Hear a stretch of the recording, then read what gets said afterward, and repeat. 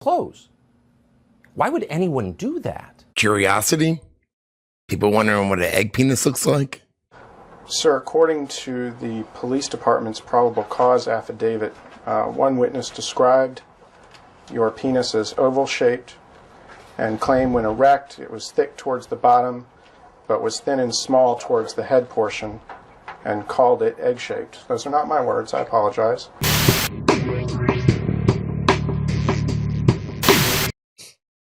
Hey, everybody. Welcome. Thanks for tuning in extra early on this special live stream. And it's a special live stream because we have the one and only Candace Owens with us. Hi, Candace. How are you? I'm doing well. I wanted to jump on here to just ask you, have you not made your mandated anti-Candace videos? Because I was realizing that your show wasn't doing that. So I just wanted to see what was going wrong. You know, I didn't want to send people over to see what was happening on the show since every other commentator in the world has done some anti-Candace content. So I'm here to help you do that. Well, yeah, I mean, we have a couple in the can. I'm just waiting for the go-ahead from Benjamin Netanyahu. I haven't gotten it yet.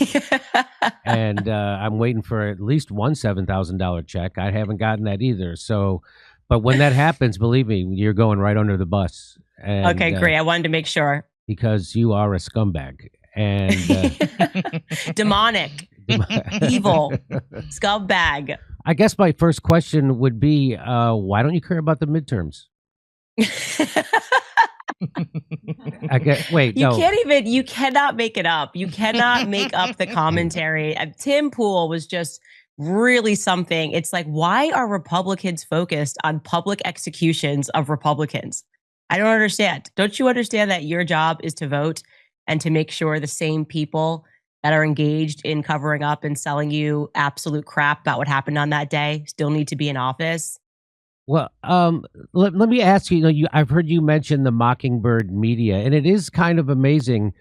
Like during COVID, I did not expect the people who I knew who were lefties, who their entire life called Big Pharma a criminal, murderous cartel organization, the people who never trusted the government, who knew that the FDA and the CDC were regulatory captured, and they completely flipped during COVID and became mouthpieces for Big Pharma and the establishment and murderous people like Dr. Fauci, and especially what he did during the AIDS crisis. Nobody even knows about that.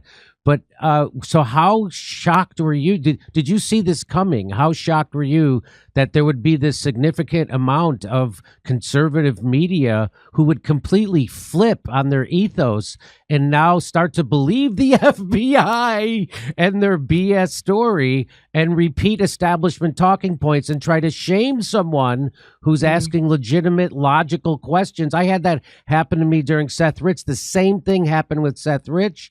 They use the sympathies of the family. They're like, oh, it's hurting the family if you even talk about this. I'm like, they showed John F. Kennedy's head getting blown off for 60 years in a row on television. Nobody ever said, what about his family? Nobody ever said. So, and anyway, so I guess there's like three questions in there, but my first one is, how did you see this coming, that there would be this Mockingbird conservative media, and how shocked were you?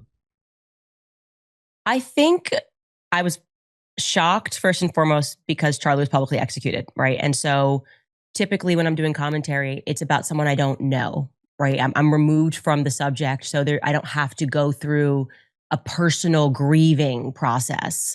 So there were so many layers of my shock at the actual event, then the shock at how swiftly the people closest to him lied about where he was at in his perspective. So I couldn't even process why that was happening, while also trying to understand suddenly why Susie Wiles is eulogizing him. Like, what's this about? I don't understand.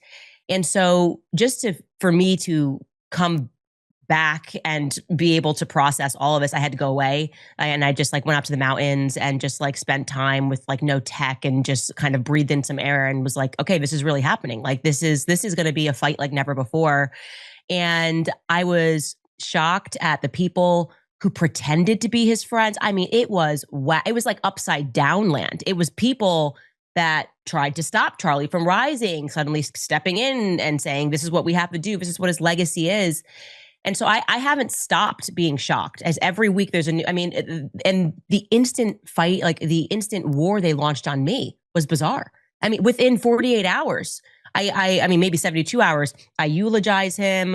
I, said, oh, last message talking about Catholicism. Suddenly there was like Operation Mockingbird saying this is completely untrue. Charlie never thought about Catholicism. He was Judeo-Christian till the day he died, an evangelical, whatever it is.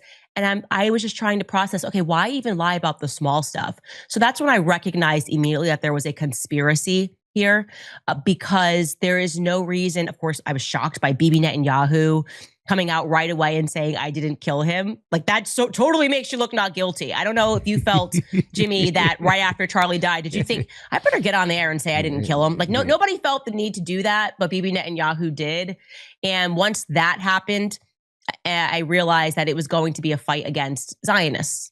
Full stop. Like, I think I realized that was this was going to be a fight against Zionists, because they wanted the ghost of Charlie Kirk. Like, they were like, this is our ghost and we need to direct it so that there's energy behind Zionism and Israel. And that's why this fight, I think, has been so especially nasty. And so I just want to play just two quick clips of Charlie Kirk. Sure. To kind of show how he thought. And we'll come back and get your comment. Again, I think the best reading of what happened there is who wanted JFK dead the most. Again, a lot of people said Israel wanted JFK dead. I'd love to hear that argument. But definitely Lyndon Baines Johnson and parts of our own government and the Cubans wanted him dead. And who actually made it happen? There were like 15 or 20 things that happened that day that were inexcusable. They changed the parade route. He rode in an open-air convertible. LBJ decided not to ride alongside of him. The vehicle slowed down right when it went by the Texas School Book Depository. A lot there, right?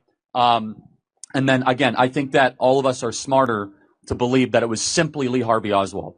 The more important question is not, oh, who did it? We have to first acknowledge it, that more than one person did it.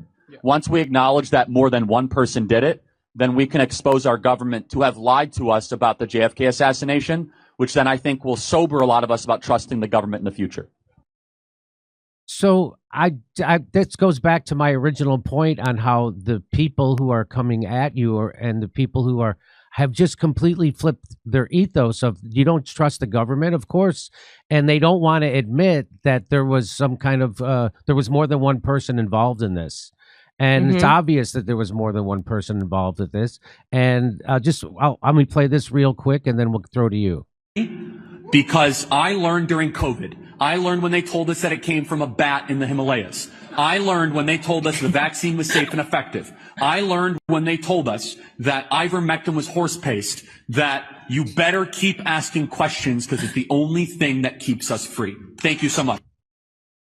And so it's just amazing to me how these again, it's just shocking to me how they could flip their whole MO. And what do you think the fallout of this would be? Because people see this, right? And most people are going along with it. The PBD did his poll. He's very pro-Israel on his show. And even the people who follow him, 70% of those people overwhelmingly agreed with you. So what do you, I still don't, do you think this is the long arm of Zionism? Yeah, I do. And it's very clear where that line is being drawn. Find somebody who has, ignored Gaza being bombed. Find somebody who will call Candace a demon, but has never once called Bibi Netanyahu a demon. And you will find that same person trying to protect the Charlie Kirk narrative. It didn't make sense. I mean, within 48 hours, they were like, no questions. It didn't make any sense. And that is why people find it to be suspicious. And I've said over and over again, even if you accept to some degree that if you truly believed, okay, I think Tyler Robinson pulled the trigger, you could not say that you were certain that nobody else was involved, because we haven't been told anything. You can't say that what happened on that day is very obvious and clear. And this is the rhetoric that they're using. And I don't think there's ever been a situation where things are less clear. And they are using the exact same psychological tactics that they used during BLM to shut down any inquiry about the George Floyd thing. I mean, that was kind of my first video that went globally viral, was when I poked holes in the George Floyd story. And I was like, hey guys, did you even know this about George Floyd? There's more information here. Those people who supported me during the George Floyd thing would have said this, would have never said, well, there's no evidence that just because he did fentanyl his entire life doesn't mean that this has anything to do with this day. It's like, no, these are actually all relevant to building a narrative and to asking questions. Like, this is what it means to embark on scientific investigation. You don't know where it's going to lead, but of course you have to go through the process of asking questions. Well, no, the BLM side criminalized asking questions. If I said, well, maybe, and I did, where's all this money going to? Oh, how dare you? George Floyd died. You're ruining the legacy. It's racism. They're literally doing these exact same tactics. COVID, how dare you? Grandma's gonna die. Trust the experts. I mean, I was going through, Glenn Beck interviewed Erica Kirk yesterday or the day before, and to hear this part of the conversation, which was so elitist, where Glenn is saying basically people don't understand how the law works. How are you not aware of yourself and how much you sound like Dr. Fauci? Like, Yeah. Trust the experts. Okay, I'm gonna just like put a thing on my sign and just say, you know how they did thank you, Dr. Fauci, the signs on the lawn. Thank you, Dr. Patel, Dr. Cash Patel. We don't understand. We can't possibly understand common sense. Like, it's so crappy. And the reality is that Turning Point USA wasn't built on this idea of experts and elitism, and it won't survive if it keeps continuing down this path. So I just want to read one more. This is a tweet that Charlie tweeted out on November 22nd, 2023. Or maybe it doesn't matter. So he says, Yeah, you're right. 60 years ago today, JFK was murdered in broad daylight, a moment that would alter the trajectory of American history and shatter the public's trust in the federal government. Today, the same intel agencies whose fingerprints are all over JFK's assassination are more unaccountable and more weaponized than ever. But now they have vast technological powers, from universal surveillance to the new tool of AI. And when you take on the military industrial complex and the police state, don't be surprised when those in power call for you to be eliminated. 11/22/63 should be a day that reminds us that power must be returned to we the people, the sovereign, and America's intel agencies must be brought to heel. And again, so all these people who have zero questions about the FBI narrative are the ones who are betraying Charlie Kirk's ethos, his MO, and his legacy. And it's disgusting. Not one question. I've said this about a lot of people. There's a lot of people out there with zero questions that are just obvious. So I just wanted to, I just don't see how these people can flip everything they've thought their whole entire careers, public careers, and go against Charlie's legacy. Those two videos and this tweet, they're just complete betrayals. And how they think people who like Charlie Kirk in the first place would ever flip their thinking and betray him like that. It doesn't make sense. And so let me just ask, where do you see the fallout coming from the Mockingbird media? Do you see them losing all credibility? Because I do. Yeah, they've already lost all credibility. That's why they're fighting me so hard, is because, and what makes me so happy about them losing, because they are losing right now, right? And they every morning I wake up and there's something new. They're just making things up out of thin air now. I can't even respond to the things that I'm being attacked over. It's just a full assault. And it's because despite the fact that they had me fired, banned from countries, literally, I can't get into Australia because I won't be a Zionist. Right? I was just there, and they sued by a sitting president, and I had to basically reroute my entire life. My husband and I had to build everything from scratch. They had Zionists, behind the scenes donors, make sure that I would not be allowed to eulogize Charlie Kirk. They had Eric Bolling go out and just lie and fictionalize and say Charlie and I hadn't spoken since 2019, despite how close we always were. and they then put themselves in his chair on his stage, like, we're his best friends, I'm his pastor. The people were able to see that none of that was authentic. So they had all the money, they had all the donors, they have CBS News, they have the mainstream media, they had all the power, but we had the truth, and truth is the only real power. And so it is a lesson for them, and it does make all of them look inauthentic. And I do believe that the majority of these people are motivated by money, right? They are getting paid. They had some stake in the ghost of Charlie Kirk, meaning, this person's going to take over his tour. So that's his touring contract. And this is a way for them to get their leg up, and they weren't as big before. We're going to put you in, as a Turning Point influencer. All these ways that, like, if they defend Turning Point USA, they're going to get paid. That's the overwhelming thing that's happening. Actually, I had people inside of Prager University send me, which I'm going to publish later, the list of all of the influencers that are on PragerU's payroll alone that are being paid to come after me, which is like Graham Allen is quite literally one of these influencers. He has no substance. He has no soul. He's just, I'm going to attack him because I'm getting paid to. But it should satisfy us that they had all of the money and all of the quote unquote influence in the mainstream media. And yet the people would rather watch ballistic guys on YouTube that say, nah, this didn't happen. The hunters that are saying, nah, but this didn't happen. Sorry. Because they know that that's true. Truth is resonating. Well, I just want to bring this up because people keep saying that you're the one lying, even though you keep continuously catching other people in inexplicable lies about everything surrounding this event and Charlie Kirk's legacy. For instance, they were all trying to say that it wasn't true that Charlie had turned on the Greater Israel Project. And you said that you had text messages. They said it was a lie. And then you, of course, revealed them. Here's the Jewish donors play into all the worst stereotypes. I cannot and will not be bullied like this, leaving me no choice but to leave the pro-Israel cause.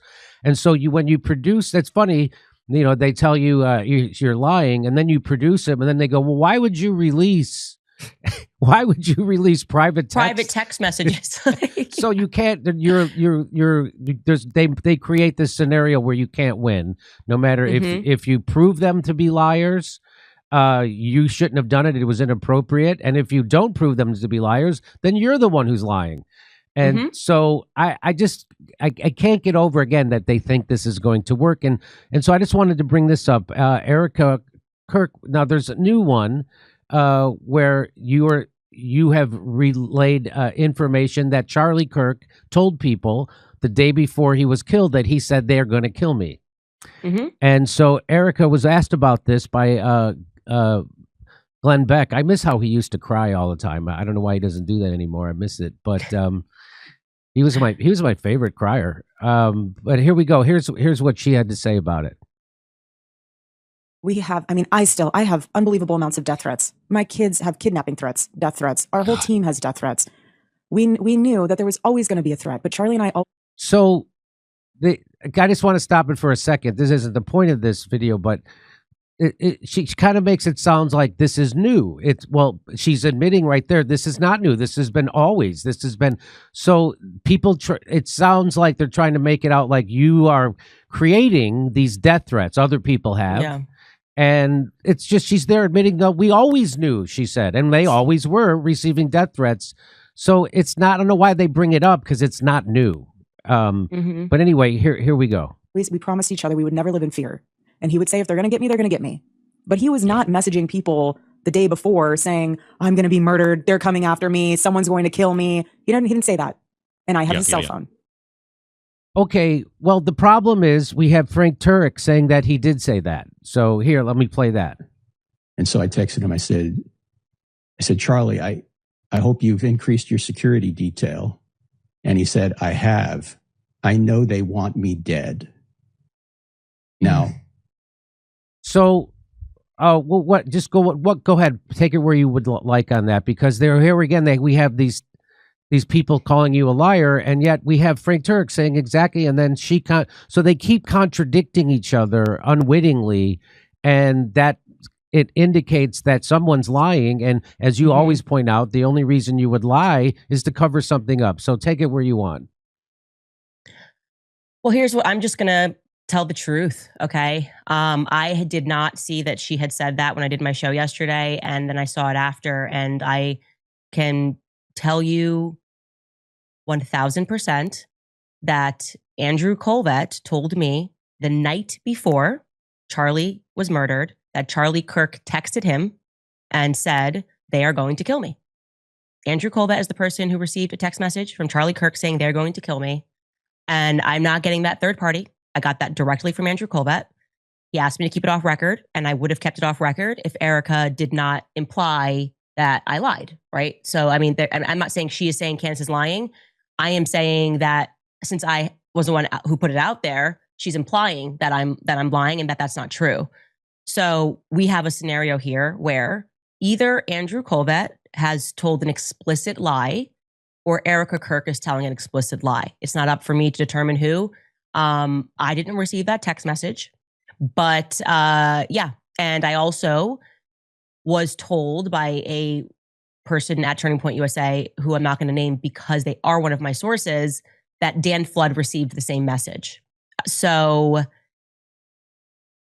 there you go. I don't know. I believe that she has his phone. I maybe somebody deleted it, but I don't know why Andrew Colvett, 48 hours after Charlie was dead, would lie to me. He did not sound like he was lying. He sounded very concerned about it. And I specifically said, like, who is they? Like, you know, like he said, they're going to kill me. And he said, I don't know who he was talking about. And I thought, it's kind of weird. Yeah, that's what I can tell you. I can just tell you the truth. So what do you think is in it for someone to deny that Charlie Kirk was saying that? I mean, what's in it for them? What's in it for Erica Kirk to deny that right now? Is she denying it? Did Andrew make it up? Is Frank making it up? I don't know. But this is kind of the repeat problem that we have with Turning Point, is that somebody's lying, but we're also told how dare we notice the lies, right? And so we're constantly in this pull. Now, I was thinking that some of their lies were because they have a lot of Jewish money. And they're always like, oh, we only have a few Jewish donors. Yeah, but they're the big donors, right? So like, it's like, hey, this person's got to be a $2 million check like Bob Showman was, and he's going to pull it away. That matters. So I don't know if that's what they're being motivated by. It never made sense to me why they didn't come out and instantly admit that Charlie was fighting with the pro-Israel cause and wrote that. They said he didn't. I dropped it. And then they tried to at first say he said it in jest, and then they kind of came clean and were like, yeah, he was under some pressure. It almost feels like I don't know. I don't want to assign motive. I don't want to say who I think is lying. I'm just saying that it's very obvious that somebody is lying. I mean, somebody is lying. So was it Andrew Colvert who told you that you and Tucker Carlson were next? Yes. And so he was in the hospital, by the way. That was just a couple of hours after Charlie got shot. So that already even disputes the idea that it was a lone shooter and it was Tyler Robinson avenging, like, hey, okay, so who told you that? Who told you that? It had to have been a federal agent. It couldn't have just been like your friend. She's on a list. Like that's intel, right? That's not like you're here, you're getting updates from federal agents. He never explicitly said who it was, but he is the person who told me that. And he still hasn't revealed who told him that? No. Okay. So again, these are all logical, legitimate questions, and people act like it's crazy. I mean, Glenn Beck intimated that there's mental illness involved with people asking these questions. He didn't COVID-19, every single round of that BLM, they always have to then turn it into a pathology where they're like, actually, it's Machiavellian. And what's the favorite? The dark triad. That's their favorite one. It's narcissism and this and that is the reason you won't get the vaccine. And then somebody at CBS writes an article about how you're actually a psychopath because you won't mask your children. Like I said, we're just on a hamster wheel with this stuff. So okay, I'm glad we're at the stage of it's a pathology, actually. Now, I just want to show you another one of these, right? So this logical, you're people being caught contradicting each other, and so somebody's lying, and here is the head of his security went on the CIA podcast, and here's what he was saying about the drone coverage, right? So there were people were like, how come you guys didn't have drone coverage? Well, this guy says there wasn't. And we start looking at things immediately, like, where are our risks? What's our risk assessment when we come in? That's why we get there. That's why we start doing the advance so early. We walk it, we build it ourselves. And we forgot to have somebody looking at the roofs. That doesn't make any sense. We walk it, we do it, we build it ourselves. And then, of course, we leave all the roofs unattended and nobody's even looking at it. Although they didn't even do a walkthrough that day, Jimmy. I really? I didn't know that. Wow. Yeah. So I have that as a fact. They did not even do a walkthrough that day. The only thing the security requested on that day was easy access out. And they wanted the top, which is what that text message was referring to. Mm-hmm. It was actually not Losey Center. They wanted that top walkway above Charlie cleared. They didn't want anybody above Charlie. And they also wanted to make sure that they insisted that Charlie was outdoor event. They were advised that's not a good idea. We can't control traffic flow. And Macy Crofts said to them, no, this is what Charlie prefers. And so Turning Point USA insisted upon him being outdoor despite being advised not to do that. And they did not do a walkthrough. And they arrived, I think, around 10. I have to check my notes on that, but I think just a couple of hours before Charlie arrived is when his security arrived. No walkthrough was done. And all they cared about and insisted upon was making sure that the cars were right behind, like they wanted easy exit out. So again, this makes no sense. We built, so it just flies right off him that he's lying, right? That he's got that used car salesman, overly sincere about things that are inconsequential. So here, let's watch more. He starts to talk about the drones. And so initially, I spent thousands of dollars on drones last year. And and got the guy's license. Who asked you how much money you spent on drones? No one's asking these questions. Again, you're too many words, over-explaining. Anyway, here we go. But if the area lies in the Provo, Utah airspace, I can't fly it. Okay. That's a 107B. We can't break the rules. Right? And then you have secondary restrictions, probably due to heavy foot traffic for the school. But I can't go in and break the rules. There's laws for a reason. Okay. And so all he had to do was fill out a request to fly a drone, and they could have, and now we know that. And so again, this is all garbage, but here we go. He's got more garbage coming. Now the school could have flown drones, the PD, but they didn't have them, right? Okay. But Orem PD has a drone unit active and professional, and that police department, I will tell you right now, is awesome. I think everybody knows the reputation of some podunk police department in the middle of Utah is awesome. They're so awesome. They have no videotape of Tyler Robinson turning himself in. They have so awesome. They're so awesome that they didn't look at the roofs, right? Even though they said they were gonna. Nobody was watching that roof. Although people in the crowd saw him on the roof. And then just like in Butler, Pennsylvania, the cops, the Secret Service, the state, everybody missed it. But the people in the audience, in the crowd, were screaming that there was a shooter in Butler, Pennsylvania. Same thing here. But the guys who are paid millions of dollars to make sure that doesn't happen missed it. The awesome Orem Police Department missed it. And so again, he goes. They get it. They get it. They were there. They helped both on the soft side and the hard side. They just forgot to look at the roof. They forgot to seal the entrance and the access to the roof. That's how awesome they are. And so I started asking questions like, you guys have a drone unit? Yeah, good. Do you have an MOU or a mutual aid agreement with the school? And they're like, yeah. I said, did they call you and ask for assistance? No. I'm like, why wouldn't you call? Why wouldn't you? And then, so, that's one. So I can't go in and break the law. I can't make my guys break the law. I can't go in and do something. Okay, so he's saying this is why he didn't have a drone, but then we listen to Frank Turek. Here's our guy again, and let's listen to what he says. Anyway, on our way in, we had drone footage of the crowd building. What? And what?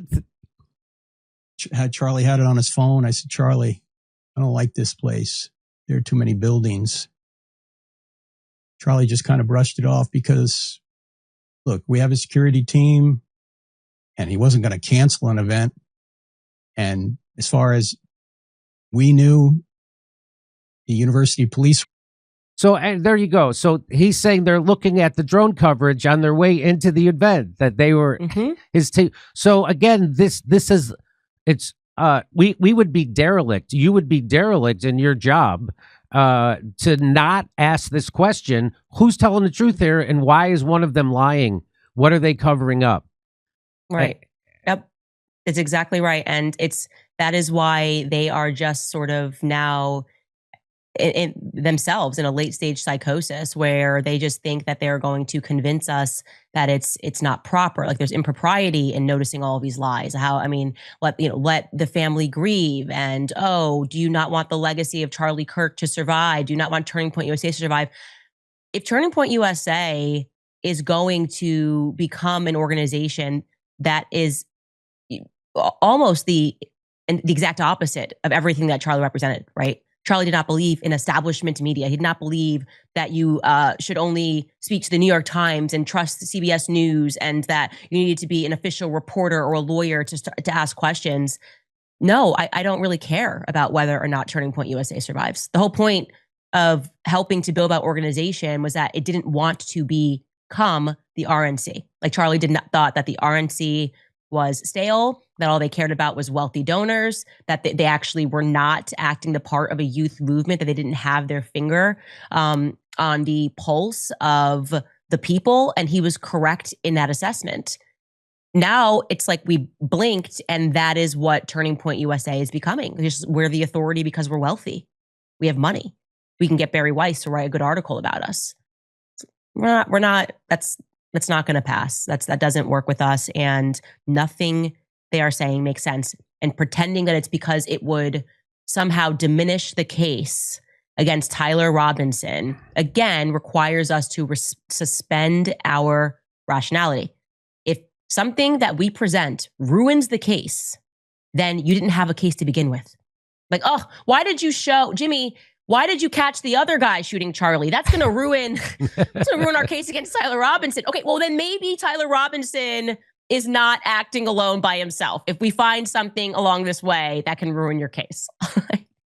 So I just don't understand why you don't care about tainting the jury pool anyway. So that's the new, and it's so funny how their talking points are always at the same time. Like everyone's suddenly like, whoa, wait, what about the jury pool? And Glenn Beck asked that question. Are you concerned about tainting the jury pool? What a totally organic, non-scripted question, because I'm sure that's the primary concern. If somebody even spoke to me about the jury pool or things of that nature after I watched my husband public X-ray, I'd be like, I don't care about anything. I would have so much fire for Kash Patel. I would be screaming at him for having, which he did that day, basically sending marshals on a wild goose chase and saying, we've got the guy, or they didn't have the guy. It was almost like he was just stalling to let somebody get away. So this idea that the proper thing to do is to tell the FBI because they've never done anything wrong and they had nothing to do with JFK being murdered is ridiculous. It actually makes us trust you least. Yes. It makes us trust you less. It's like, I would much rather trust people on the ground in Utah, which is what I have been doing, to tell me what happened that day, to give me their footage, than to accept that it must always just be given to the FBI. I mean, Terrell taking down the cameras. That was the first thing I knew was wrong. Terrell is never at student events, ever. Okay? I know these people. I worked with this organization. I asked Terrell, why were you there? You don't do student events. I mean, I'm talking about campus events, pardon. He said we were trying something new that day. And do you want to hear something funny? They tried something new that day, and that was the last day they did it, because Terrell since has not been at campus events. So it was just first time, last time for everything. Well, of course, then they lied about that, right? So they said initially the reason why they took the SD cards out of the camera was the cops told them to. And then the cops said we didn't. And then they switched their story and said, well, people were stealing hats, so we were afraid they were going to steal the cameras, I guess. And just the one behind his head, by the way. That's the one they were. Yeah, you wouldn't just take the SD cards; you'd take the whole camera. Why would you take or like the giant? If you're gonna let they're gonna steal, the harder camera to steal is the one that's actually wired in up there. If you're gonna grab something off a table, there's a big camera right here. There's a camera over there. Like I'm just trying. If I want to do hood rat stuff with my friends, I'm not gonna like stand on the chair and try to unwire it. I'm just gonna grab the one that's right there. Nothing made sense. And by the way, Terrell didn't tell me that. Terrell himself never told me that. He told me that the reason that he took that footage was because he wanted to spare Erica having to see her husband killed in 4K. Oh, come on.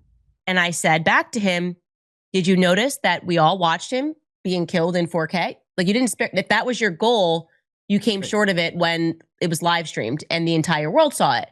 And then he sort of pivoted and said, well, I also wanted to make sure that I had secured it for the FBI. And I said, well, why that camera in particular? Because you didn't grab the other ones that swiftly. And he said that, and this was the part I still can't get clarity on, that the ops back home. And I said, what do you mean the ops back home? You don't have people back at Turning Point USA watching the live stream. And he said, oh, we were doing something new that day.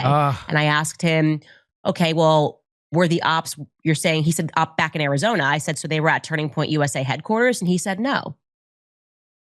Well, that's where you work, Terrell. So who are these ops that you spoke to and needed to grab the footage? We can't get clarity on who the ops were. So do you feel, what is the most compelling piece of evidence to you that that the FBI story or the establishment story about what happened to Charlie is not true? What is the most compelling? For me, it's this. It's the fact that a 30-06 bullet would leave an exit wound like a drive-through, like at least 6 inches. So mostly it would probably blow someone's head off, and certainly his neck. And here's Rob O'Neill. He was part of the SEAL team that went and got bin Laden. And here's what he had to say about it. And we were told that he was like Superman. His body stopped a 30-06 bullet. His body was like Superman, made of like some sort of a superhuman metal or something like that. What do you believe about that? If a 30-06 round hit Charlie Kirk, what would have happened? Well, it's going to blow his head off, probably. It's going to be a big mess, too, but then you're going to find remnants of the bullet. I don't think they've even found it yet.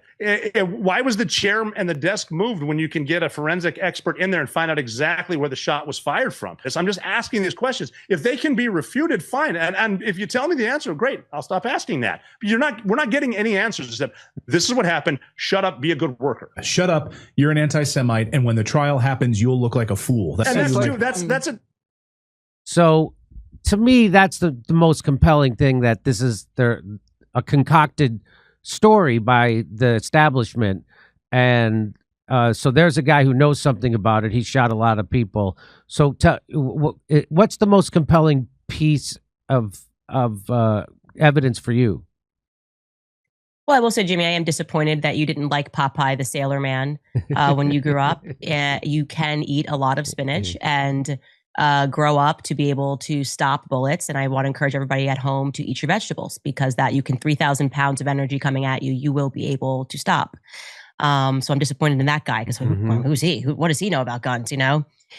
And what's amazing is they're trying to do this thing where they're like, well, I spoke to some experts said it maybe could have happened. Show me the example. There's a lot of people being shot all around the world, okay? Show me the example of a person who got shot in the neck with a 30-06 or even something of a similar caliber.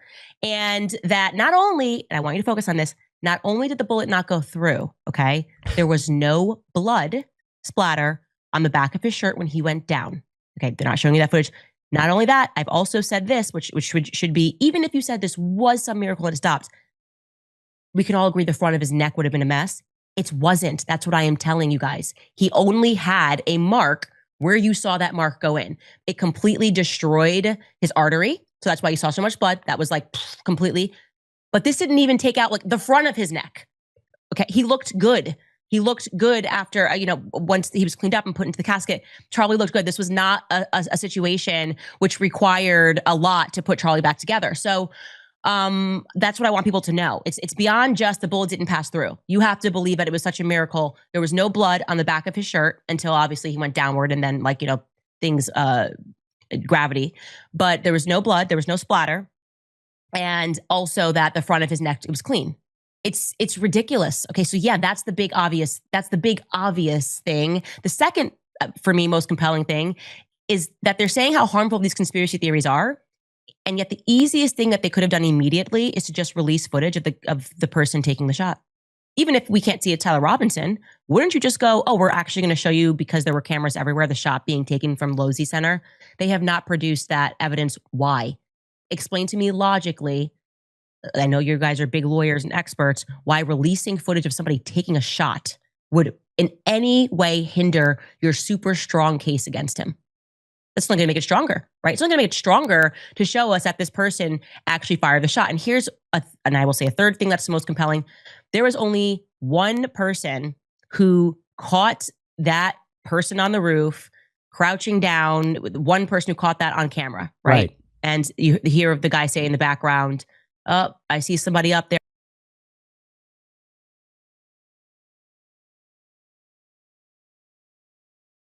I see somebody up there.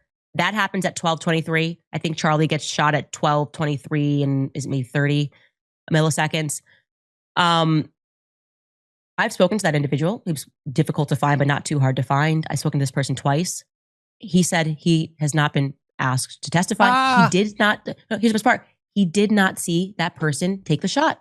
He saw him crouch down, and that was it. And this person works teaching people how to fire guns. He said it did not look to him like Tyler. He said the person was in, what's the word? Which is what we heard over the 911 call. He saw a person that was in, he said he thought it was a military man, and he was in, what do you call them when they're in like their black official garb? There's an expression for that. I don't know. I'm blanking on it myself. Thank you. Tactical gear. My producer just said it in my ear. Tactical gear. He said he saw a person in tactical gear. This is a professional who knew what he was doing. He did not see him take the shot. He did not see, because he said there would have been a recoil, and that he told the local police, he walked into the police station right after, and he said, I saw somebody on the roof. He did not see that person take the shot. Okay. The lone witness to this person on the roof. Okay. Wow. They have not reached out to him. Tyler Robinson's defense lawyers have not reached out to him. Does that make sense to you? Just sounds like you're a crazy person. And, yeah. Oh, wow. Oh, yeah, I know. It's crazy. It's crazy. Yeah. So there's so much that I would like to ask you about. Did you know that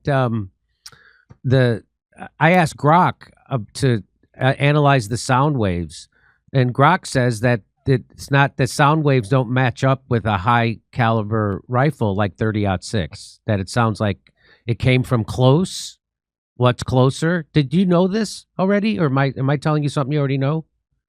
Well, I think I've spoken to every UVU student on the ground that day. In my investigation, everyone said that it sounded like it came from closer. Yeah. And there's mysteriously, it's a dark hole if you try to get footage of what happened if you're Charlie Kirk on his left side, right? So based on the evidence I have gathered, I believe that the shot came from a left side and it came from a lot closer. And if somebody fired a rifle, that was just to cover a sound. And I do not believe that there was ever a shot fired from the top of Losey Center. There is not one piece of compelling evidence to that effect. There's no one that can dispute that.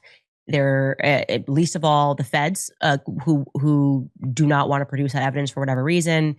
And yeah, that is where my investigation has led me. The students who, were below the age of 60, for whatever reason, the mainstream media could only find people that didn't go to UVU and didn't actually speak to the students, who all said, we didn't recognize, like, a lot of people that were there that day. Right. They didn't go to UVU. It was very weird. And we heard the shot from closer coming from the left side. So I wanted to ask you about and show you Kash Patel completely flipping on his story about the text messages that Tyler Robinson was alleged to have sent to his trans lover with language that only a 22-year-old kid would not use. My love, I'm in my vehicle, all those things. And it's like, he's an A+ student, but somehow he wanted to leave a complete here, who, what, where, when, and why I killed this guy. And I wanted, it doesn't make sense at all. And they keep saying that, he confessed. He didn't confess. and they say he turned himself in, and people are saying, why don't you talk to the parents? Well, because there's a gag order. The judge put a gag order and they can't talk. And so we don't know why they turned him in. I suspect it was because that they were told, like, hey, if you don't go to the police, they're going to come and SWAT your house, and you don't want that to happen. That's exactly true. I broke that story. I spoke to someone that was very close with his parents, and that's what happened. And by the way, that then flies in the face. Remember, they told this whole story that he was suicidal. Yes. And then his dad convinced him not to kill himself. Yes. And then they said he turned himself in because he didn't want to die. Well, both can't be true. He either wanted to die or he didn't want to die. It can't be he was suicidal, just about to kill himself. And then he said, I'm just going to go in anyways. I don't want to die. And that also conflicts with his text messages where he said, like, if I go to prison for the rest of my life. Okay, is he suicidal or not suicidal? They can't get their story straight. And the reality is the shady character that we can't get clarity on that facilitated this is this, what I believe to be an undercover cop. Mitchell, I think was his name, who was his Boy Scout leader, Eagle Scout leader, whatever it was, at the LDS church. He is the one that facilitated that and said, as an undercover cop, I know that your name came up, whatever, it's going to be easier for you to turn yourself in. Tyler Robinson denied to his father that he had anything to do with it.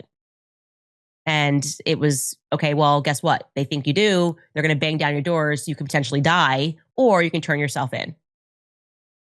And I think that could be part of the reason. I also have another person who told me that the people inside of the police station that he turned himself in were specifically told to avoid cameras, not to look at the cameras when this person came in. In my gut of why they are suddenly saying that footage does not exist, I think it's because of this undercover Mitch that might be in that footage. Oh. And yeah, I find that guy to be very problematic. And if you go back and watch Sheriff Brooksby in his first delivery, going back to your point about when they over-explain stuff. Yes. He totally over-explains this Mitch character. He's like, it's not weird that he's the one that called us. He's friends with what, and I'm nobody asked you if it was weird. So why, and it's now weird that you started with, it's not weird. It's not weird. It's not weird. It's totally so there's normal. something about the Mitch thing that needs to be, I think his name was Detective Mitchell or something, that needs to be prodded further. Best I could tell, by the way, which I find to be interesting, is that he is an undercover cop, I believe, and I'm going to say allegedly here because I can't confirm this with certainty, but it looks like he's involved in online sex crimes against children. So this kind of connects the mysterious dot of Decoy Boy, George. There's a lot of people there. The guy who cheers, his father, a lot of them have child sex crimes in their background. And I think that potentially if you do stings and your job as a police officer is to find all these people online, these would be very easy people to blackmail. And Decoy Boy, George Zinn, when he got to the hospital, because he went to UV hospital after, Utah Valley Hospital, he told the nurses that he was told to do that and that he was going to be paid. But he didn't know where the money was coming from. So I think this was going on. There's a lot of people that were there that day that I looked them up and I'm like, oh, how weird. You have a history with child pornography. So I want to talk about donor money. So do you have information now? I've seen people say that Charlie turned down $150 million offer from Benjamin Netanyahu right before his assassination. Did you hear that? Can you confirm that? I had never heard the amount. So I could have been more. It could have been less. I know that it was a ton of money and it was going to take Turning Point to the next level. That I can confirm. The second thing that I can confirm is that there was as I have reported, a billionaire named Pierre who was going to facilitate, and I am told, billions into Turning Point USA. Now, I am not saying that there was a contingency and Charlie had to die for that to happen, but I can confirm that deal has gone through despite the fact that Charlie died, which if I was a donor, I'd be like, well, Charlie's gone. So what's this organization? I don't know if that's going to work. And I don't know many billionaires that are willing to part with their cash in that way. what's your investment here? You care that much about conservative principles on college campuses. So I am really prodding that narrative of, because to me that's a financial motive, if I've ever heard one, of why someone might betray you. Again, not implying that this person said Charlie must die, but when you couple it with Bibi Netanyahu offering to take Turning Point to the next level, you wonder, does this person have a relationship with Bibi Netanyahu? Is that how he was going to take Turning Point to the next level? Because he's not acting right. Bibi Netanyahu's just not acting right. Or he certainly wasn't in the immediate aftermath, tweeting before the president that Charlie had been shot. That doesn't feel right to me. He's a busy guy. He's fighting war everywhere. And he was a little too locked into that. So I have a lot of questions there, and I am investigating that further, because it seems that once I mentioned this mysterious Pierre, Turning Point lost their minds. That's when this now wave of assaults have come at me. They're not denying it because it's true. I'm telling you the truth. That's the reality. It was a very hush-hush thing, and people were not supposed to know about it at Turning Point USA, except for a handful of people, about this billions that was going to pour into the company because of this Pierre. And wasn't there a phone call made by an executive at TPUSA immediately after the assassination to this Pierre? Is that, yes. So can you tell me about that? That's what that is. Yeah. And that was kind of what made people at Turning Point go, that was weird. And then that kind of made it around the water cooler. And then I was able to confirm by somebody else at Turning Point USA that happened. Now, I can't say whether it was, I mean, certainly when it was told to me, it sounded like it was one of the first phone calls. So I can't say whether that was 5 minutes, 10 minutes, within the hour, 2 hours. But I think it's a strange phone call to make. I mean, I call a lot of people before I called immediately a donor, that's for sure. So now we can assign no ill motive and say maybe that was because they were worried that that person was suddenly not going to give them the money because Charlie was no longer dead. But that seems like a very vain worry when your founder has been shot. And and the way that this came to me, and I'll put this as allegedly, it sounded like before we knew Charlie was dead, that person got a phone call. Right. Now, again, it could just be you're in the pool of donors that get everything first because we want this money. So, but it happened, and that's interesting. And me mentioning it caused mass panic.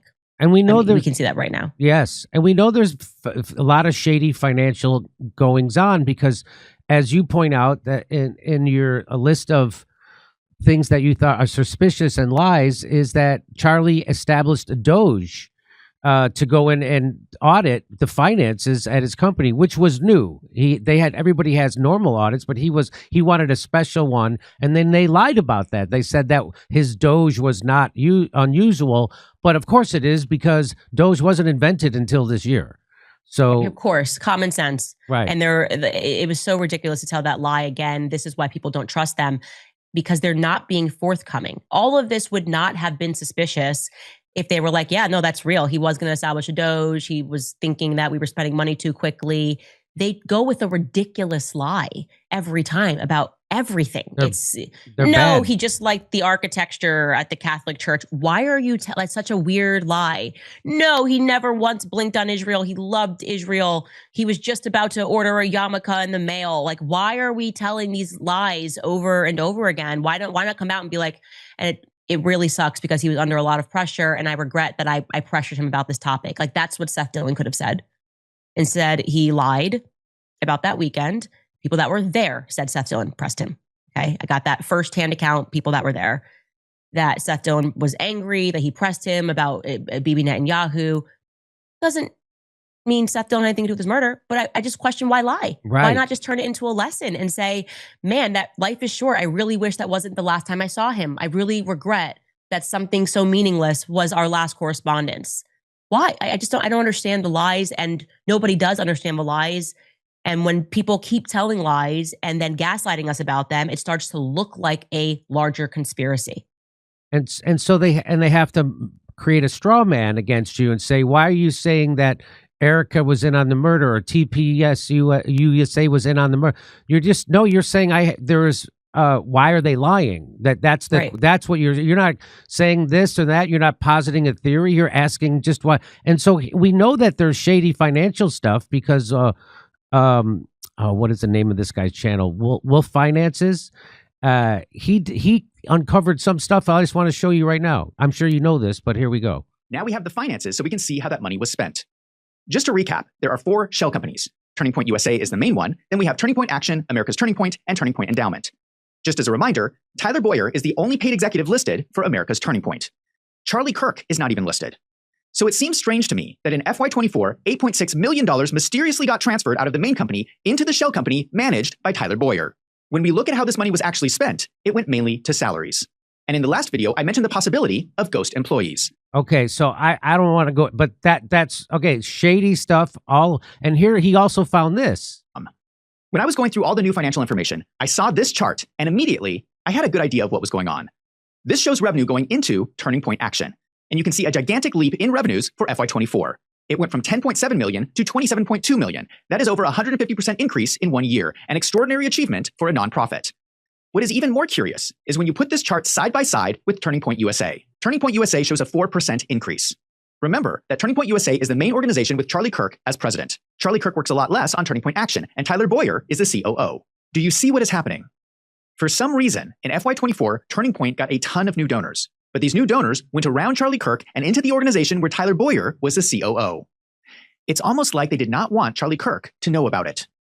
Now, we don't know who these... Okay, so I just wanted people to see that. I want people to know that there's motive, right? And so I grew up watching Columbo, and you always look to the people closest to the person. And so there's motive for them to lie about certain things and to not want people to look into it. And they also had motive to be involved.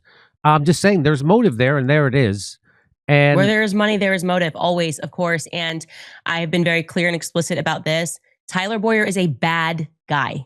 Okay, everybody knows this. Like, look, he required a presidential pardon this year. Okay, he is he's a part of the Arizona sleaze politics, hooks up with younger guys, and is in an open marriage. Like a swingers. He's a bad guy, and he is now effectively at the helm of Turning Point USA. You could say, oh, it's Turning Point Action, but Tyler is the person who single-handedly hired every person around Charlie Kirk. He brought in everybody that you are seeing and you have questions about, from Andrew Colvett, who was at the Kairos company before this under Johnny Moore. Johnny Moore is the guy involved in all that Gaza shade, the only humanitarian that they're allowing into Gaza while these kids are being plucked off. Like Tucker did an episode about Johnny Moore and the Kairos company. Tyler Boyer hired Stacey Sheridan. Tyler Boyer is the one that told Charlie they needed to take Turning Point to the next level. I know who Tyler Boyer is, and I am telling you he's a bad guy. And what I will say is, parking aside, because I've never been involved in what I feel like is just not sound critique of Erica, of like, I don't like her outfit, I don't care about any of that. But if we're going to talk about her as a CEO and a chairman, I find it alarming that she's saying this is her family. Yes. Which, by the way, obviously she knew Tyler before she knew Charlie. Like, they had a longer, she's known Charlie. She knew Tyler for years before she ever met Charlie. They went to the same school and whatever. But the point is I question your judgment as a chairman and a CEO if you're going to say that this is your family. I got issues with your family, okay? And I'm not going to accept that emotional argument that we have to accept that Tyler Boyer is a part of her family, so we can't talk about how problematic he is. That's not leadership. And of course, as a chairman and a CEO, you can have bad judgment. There's also that weird argument where they are now trying to reverse it and go, are you saying that Charlie had bad judgment? Yeah, I'm saying all of us can have the wrong judgment.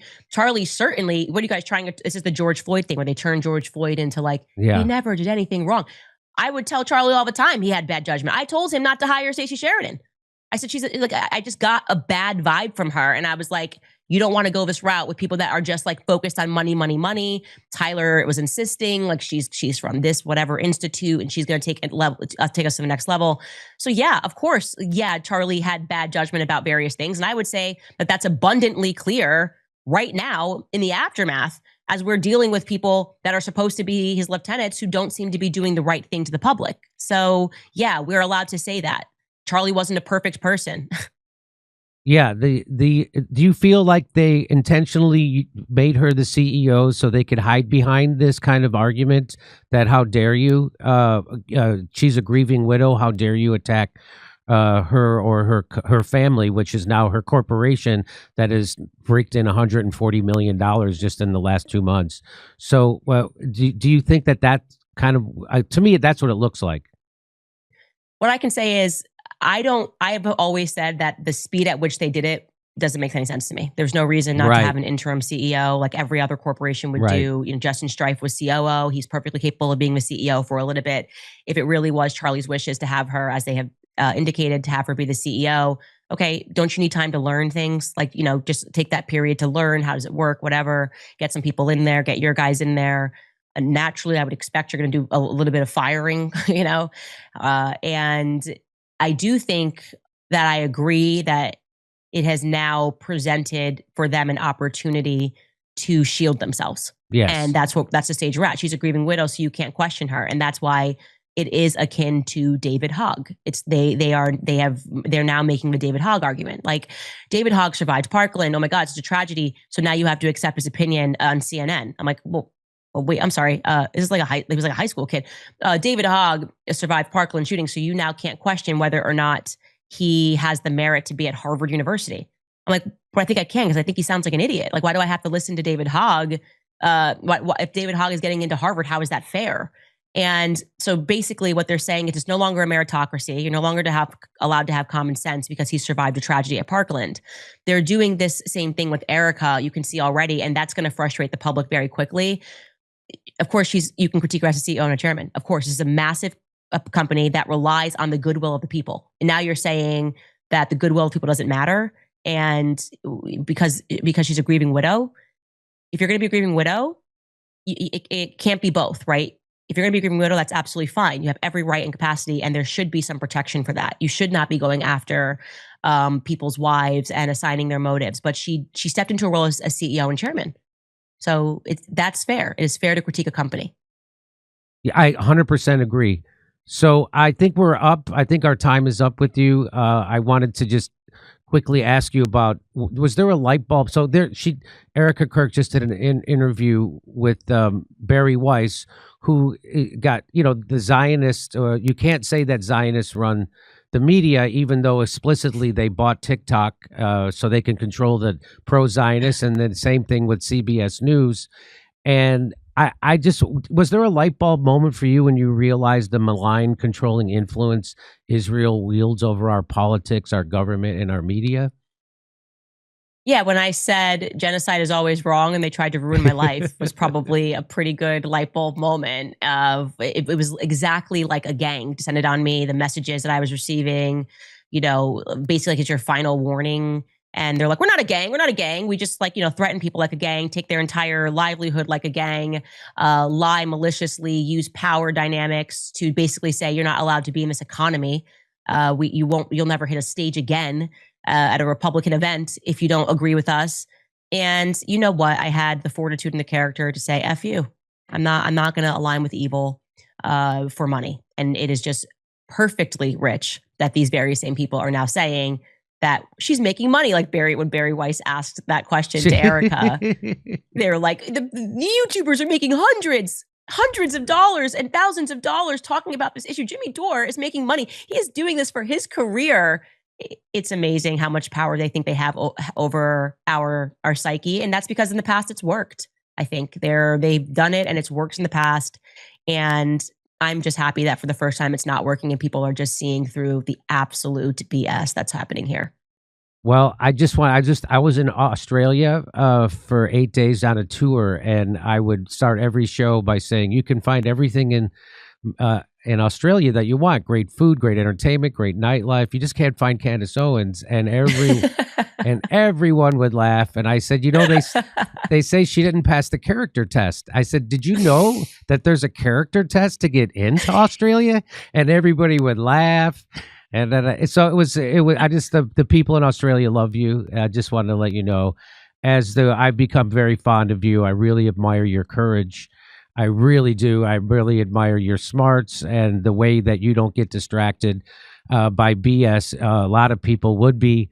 And I just really thank you. Like if the Zionists didn't control the media, CBS, MSNBC, Fox, all of it. right? We know it's very pro-Israel, very pro-Zionist. You wouldn't be out there alone. You wouldn't have to do this. But because there's this control of our media, which is real, and it's just been proven by the most recent purchases of the major social media platform, and 1/6 of the entire United States media just got purchased by a pro-Zionist for Zionist purposes. So anyway, I know you have to go. I just want to say love what you're doing, love you, and keep going. And thank you so much for making time for our show. And that's it. If you have anything to say before we go. No, just thank you. And just always, I'm so grateful to the people, because it's like we're at war with these very powerful establishment voices. But at the end of the day, like it does come down to power to the people. And I think that is what frustrates them, because they are just so used to being able to buy things. Like they are just that wealthy where they think they can purchase your common sense. And they're frustrated right now because their unlimited credit card is being declined. They're like, no, but I'm buying your common sense. I can do that. And so we are in a tremendous time. And I deeply appreciate the podcasters who are out there defending me, and the people who are watching the content and, effectively giving a middle finger to these guys and saying like, no, like you actually don't get to do this. You don't get to look us in the face and say what Epstein files and keep it moving what Epstein files and keep it moving and pretend that we're the demonic and the evil ones, because we want to know about people who are harming children and publicly executing people who are good, publicly executing the good guys and protecting the bad guys. Like that doesn't fly. Okay. Candace Owens, thank you so much. And I hope to talk to you again soon. Please keep up the good work. Thank you so much, Jimmy. And stay safe. I'm trying. Okay. All right. We're going to take a break and we'll be right back. Dear Americans, since January 20, 2025, the United States has conducted bombings and airstrikes in 5 countries, and a boatload more in international waters. Our hard-earned taxpayer dollars bailed out billionaires who gambled on risky Argentine bonds, and our vote for a strong border evolved into masked thugs with mental problems working at ICE. We watched as our president welcomed Al-Qaeda into the White House, sucked off the Saudi crown prince, and told Laura Ingraham we're dumb. But it's not all bad news. Carlo Rossi 4-liter jugs are just $12.99 at select stores. So have a pint of Chardonnay. Forget about the Epstein dossier. Watch the national debt grow while you sip on a Merlot. Chug-a-lug the Cab Sauvignon and accept that you've been conned. Carlo Rossi, clinically proven to dissolve the forever chemicals recently approved by the EPA. If only that were true.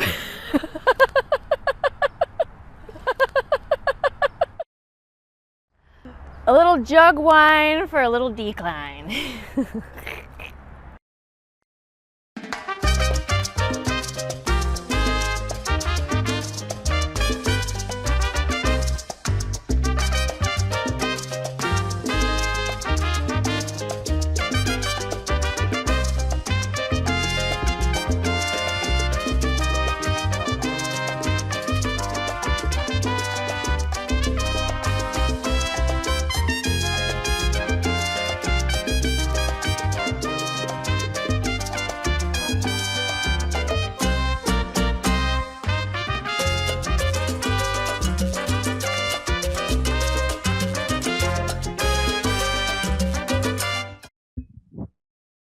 Ho, wow. Thank you, everybody, for being here today. What an interview. And our whole team, thank you to my team. We all had to wake up early. We made this happen today. All right. So fantastic. And thank you, everybody. Yes, it was a great interview, PL Wright. Yes. Hello, Second Chance. All right. Let's see where I am here. Starting this. Let's see. Boy, we got a lot of chats. Got a lot of chats here. Hold on. Let's see what this one is. Okay, Cornpop. Jimmy did not borrow those glasses from me. All right, during my teaching days. You're funny. Keep asking questions. The only thing that keeps us safe, and that's salty pureblood. Thank you. Oh my gosh, user for me, coffee money for the team. We need coffee right now. All right. Thank you so much for that. Much appreciated. Thank you for supporting Candace. What's going on? Ooh, my gong. I almost knocked it over. And thank you, Contors, Midwest Music. Thank you very much. At Adbox, you're very vehement about Tim Pool is gay. I'm not sure that Tim Pool is gay. Tim Pool is gay. What? And you know what? If he is, good on him. Okay. So trolling Benny Johnson with fake Jews, den of thieves, you will know them by their golden fruit. See Fort Knox. John Trump had the Tesla patents and Elon is dark MAGA, divide and conquer MIT. And that is from, that's from my friend A. Barnes. Thank you, A. Barnes. Let's see here. I hope you gave Candace more than 24 hours to decide, P. Walker.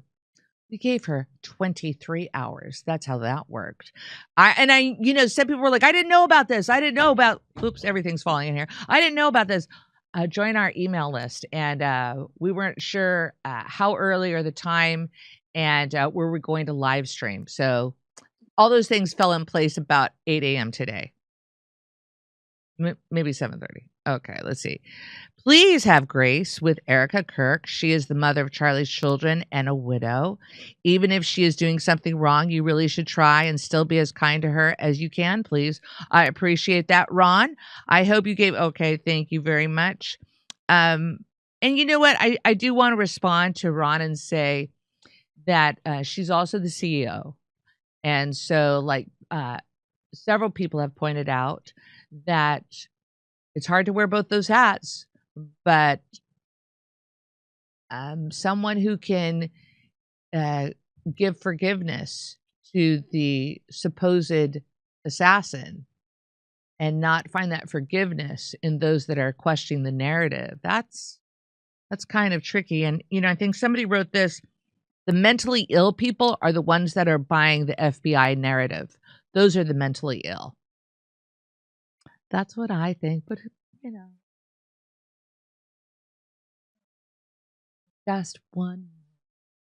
See what Steph, this what's your shirt? Oh, my shirt so is cute. Honeypot. Hashtag honeypot. That's what I am. A hashtag. Misha has one on too. You're gonna go over there. All right. Hold on. All right. Show Misha. Everybody's gonna flip. Jimmy's camera. Look, do it again. What you were doing. Hold on. Okay, she's gonna walk in. Barry Weiss is gonna lose her shit. And Misha. That's good. Honeypot. Yeah. All right, back to Steph. She does these things for me. Okay. Wow. Jimmy Dore's platforming Candace Owens. And that's from Silver Sister. Garble, 6 maroon bees. What does it mean? You know what? Camera 4 beside me too. I got some good stuff here. We have sold, I think we have 100 tickets already sold at the Blue Note. Are you going? Come on, girls. Let's see.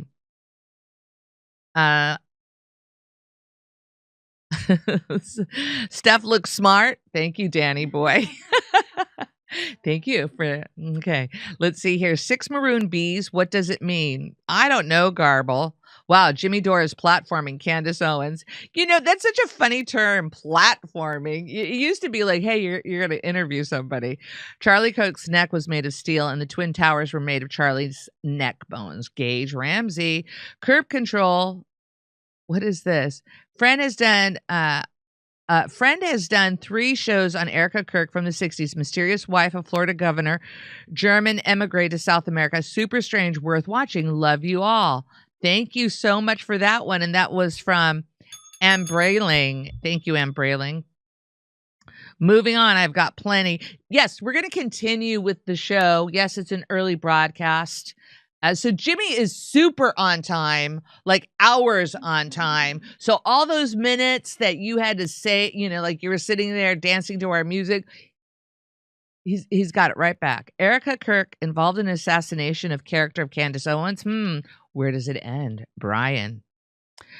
Like this post if you hate Zionism. Drew, hold on, Drew. Let's give you something. Or out of outrage. Thank you very much. Well, yeah, well, you know what? Yeah, we'll ask him when he walks in. We're figuring out when we switch over to Rumble. Today is a different day. Even Andrew Kolit said he saw the text. You're fine. I didn't have anything on there. Important. No. Andrew said that he saw the text. Love you, Candace. Go Max. Thank you, Jimmy, for believing in Candace. And that is from Madeline. Thank you. I have a lot in my way today. What is going on? All right, we got that handled. It's too early. After I retired from teaching, that's right, I was a teacher. After I retired from teaching, I don't wake up early, except when we have to catch a flight. Much love and respect, Candace. You're as real can get. That's from Duly Noted. Kiwi. The worst part is that all of the shills are being paid with billions upon billions of our tax dollars that are sent to Israel every year. Go Max. Christ is King. Yeah, I guess we should. Kiwi. I guess we should jump over to Rumble.